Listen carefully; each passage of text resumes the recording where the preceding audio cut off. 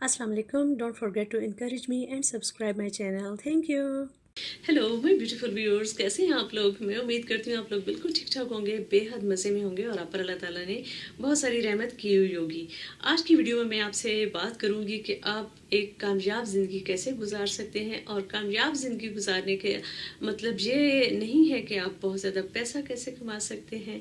कामयाब ज़िंदगी ये है कि आप हमेशा दूसरों से इज़्ज़त कैसे वसूल कर सकते हैं। ये मुझे कहना चाहिए कि आपको मैं वो तरीका बताती हूँ जिससे हमेशा आपको इंशाल्लाह इज़्ज़त वसूल होगी। उसके लिए सबसे मेन चीज़ ये है कि आपने एहतराम से गुफ्तगू करनी है, अपने आप पे आपने गौर करना है। ये बात हम बहुत दफ़ा डिस्कस कर चुके हैं कि आपका बस सिर्फ अपनी ज़ात पर चलता है और आपका बस किसी पे नहीं चलता है। ना आपका अपने बहन भाइयों पे चलता है, ना आपके अपने वालिदैन पे चलता है, ना आपके अपने ससुराल वालों पे चलता है, ना आपका अपनी औलाद पर चलता है, ना आपका अपने कोलीग्स पर चलता है। आपका बस सिर्फ और सिर्फ अपनी ज़ात पर चलता है। और इसीलिए आप जो काम करते हैं आपको उसी के ही at the end of the day जवाबदेह भी होना होता है। अल्लाह ताला ने ये कहीं भी नहीं कहा कि तुम्हारी औलाद जो करेगी उसका हिसाब तुमसे लिया जाएगा या जो तुम्हारे वालिदैन करेंगे उसका हिसाब तुमसे लिया जाएगा। नहीं, आप सिर्फ अपने अमाल के जवाबदेह होंगे। तो सेम यही बात है, इस दुनिया में भी यही होता है कि सिर्फ आप अपने जो रवैया है उसकी आप जवाबदेह होते हैं, उसका आपको सिला मिलता है। बाकी बातें जो हैं सिर्फ मिथ्स हैं कि आपके पास पैसा कम है इसलिए आपकी इज्जत नहीं होती, या आपके पास पैसा ज़्यादा है इसलिए लोग आपकी इज्जत करते हैं। मैंने देखा है जिन लोगों के पास पैसा ज़्यादा होता है लेकिन वो बदतमीज़ होते हैं, उनकी इज्जत नहीं होती। बहुत सारे ऐसे हैं लोग जिनके पास पैसा कम है लेकिन उनके पास बहुत इज्जत है क्योंकि वो दूसरों को इज्जत देते हैं। तो हमेशा इज्जत देने से इज्जत मिलती है। तो अब मैं ये थोड़ी सी बात आप लोगों से करूंगी कि आप अपनी कम्युनिकेशन स्किल में, अपनी पर्सनैलिटी में कौन सी चेंजेस लाएं जिससे हमेशा आपको इंशाल्लाह इज्जत ही मिलेगी।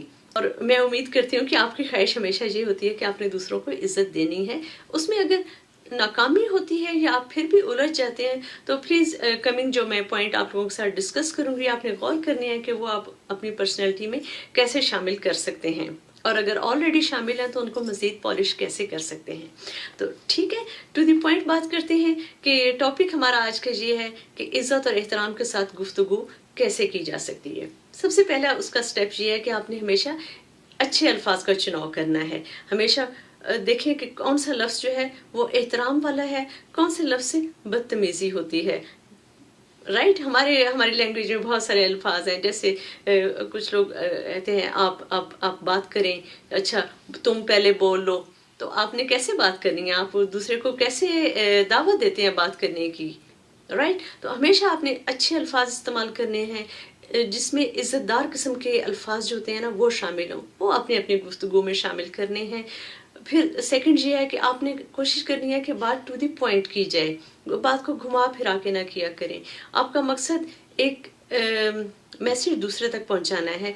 2-3 सेंटेंसेस के अंदर अंदर बात करने की कोशिश करें।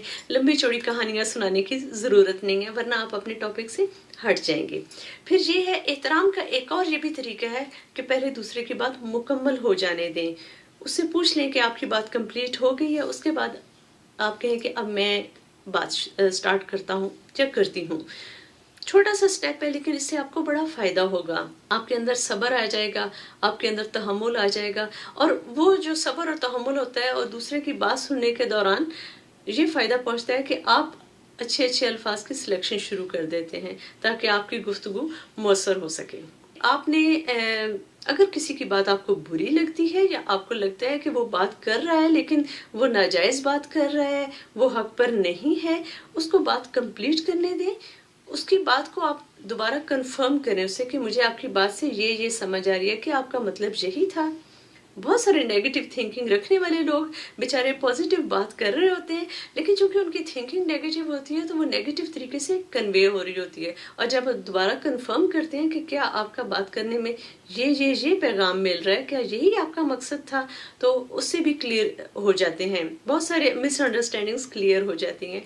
थोड़ा कंफर्म कर लिया करें, ठीक है, कि अगला बात क्या कर रहा है। और वो कैसे आप हो सकते हैं जब आपने वो वाली बात पहले गौर से सुनी हुई हो। तो दूसरे के जवाब देने से पहले उसकी बात को गौर से सुनना बड़ा ज़रूरी है।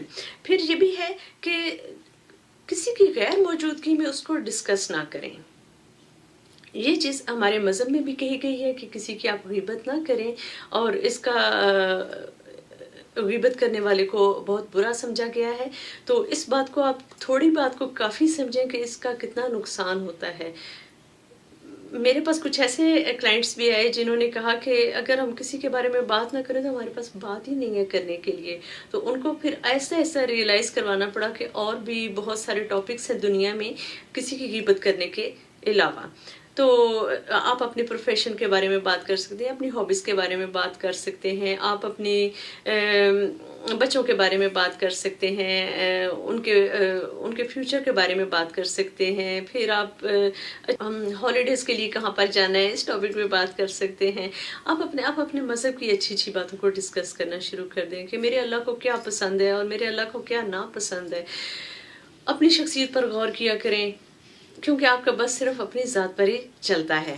پھر ٹاپک کی طرف واپس آتے ہیں کہ آپ اپنی گفتگو کو کیسے جسے کہتے ہیں دوسروں کو عزت دے سکتے ہیں، اور دوسروں سے عزت آٹومیٹیکلی آپ کو ملنا شروع ہو جائے گی. کبھی بھی یہ کلیم نہ کریں کہ میں نے دوسرے سے بڑی عزت کے ساتھ بات کی اور مجھے دوسرے نے عزت اور احترام کے ساتھ آنسر نہیں دیا.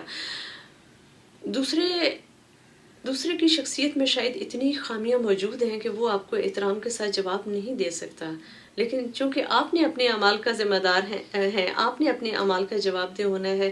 تو کچھ باتیں جو ہیں وہ آپ اللہ تعالیٰ کی ذات پر چھوڑ دیا کریں. ہمارے معاشرے میں فار ایگزامپل ہم بزرگوں کو آگے سے جواب نہیں دے سکتے، تو احترام ہمیشہ رکھیں، آگے سے جواب دینے کی ضرورت نہیں ہے. آپ خود احترام کے ساتھ بات کریں، اور ریوارڈ جو ہے وہ پھر میں کہتی ہوں کہ اللہ تعالیٰ کی ذات پہ آپ چھوڑ دیا کریں. ایسے سرکمسٹانسز خود بخود بننا شروع ہو جاتے ہیں کہ آپ کی اچھائیاں ریئلائز ہونا شروع ہو جاتی ہیں. بس آپ نے اپنے جذبات پر قابو پانا ہے، اچھے الفاظ کا چناؤ کرنا ہے. تو چاہے وہ کوئی بھی ریلیشن شپ ہو، چاہے ود ان فیملی ہو، چاہے کولیگس کے ساتھ ہو، چاہے فرینڈس کے ساتھ ہو، کہیں بھی ہو، جب آپ کے پاس اچھا کمیونیکیشن سکل آ جائے گا، آپ کی یہ عادت بننا شروع ہو جائے گی کہ آپ احترام سے بات کرتے ہیں، تو آپ کو خود بخود احترام ملنا شروع ہو جائے گا. احترام سے بات آپ نے پھر اب یہ ہے نا کہ اسپونٹینیسلی کرنی ہے، اس میں بناوٹ نہیں شامل ہونی چاہیے، کیونکہ بناوٹ سے تو وہی پھر ایک پرسونا طاری ہو گیا نا. آپ نے پرسونا طاری نہیں کرنا، آپ نے ایک اپنے اوپر غلاف نہیں چڑھانا باعزت ہونے کا. آپ کو اندر سے باعزت ہونا پڑے گا. آپ نے اپنے بڑے صاف دل کے ساتھ احترام کے ساتھ دوسروں سے بات کرنی ہے، چاہے وہ کوئی اچھے عہدے پہ فائز ہو، چاہے وہ کوئی غریب ہو، چاہے وہ آپ کے گھر کا ملازم ہے یا آپ کا باس ہے یا آپ کا ساس سسر ہے، آپ کے والدین ہیں. آپ نے ہر ایک سے احترام کے ساتھ بات کرنی ہے. اس سے آپ دیکھیں پھر آپ کو ریزلٹس ملنا شروع ہوں گے، اور آپ کو ایسے ایسے راستوں سے رزلٹ ملیں گے کہ آپ خود حیران ہوں گے. اور اس کی صرف یہ ہے کہ آپ نے عزت کے ساتھ بات کرنی ہے. رائٹ؟ ہم کیا بات کر رہے تھے؟ کہ آپ نے عزت کے ساتھ بات کرنی ہے.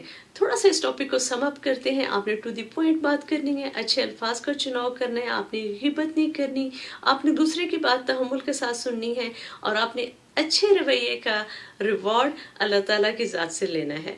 آپ کی روح اتنی وہ جسے کہتے ہیں پاورفل ہو جائے گی، رچ ہو جائے گی، اور آپ کو اللہ تعالیٰ کی ذات ریوارڈ دینا شروع کرے گی، اور آپ نفسیاتی طور پر بہت مضبوط ہونا شروع ہو جائیں گے. رائٹ؟ تو یہ تھا آج کا ٹاپک، اور اس پر ہم نے تھوڑی سی بات کی. میں امید کرتی ہوں کہ آج کی ویڈیو آپ کو اچھی لگی ہوگی. اگر آپ کو اچھی لگی ہو تو please remember me and my sweet family in your precious prayers. Take care and اللہ حافظ.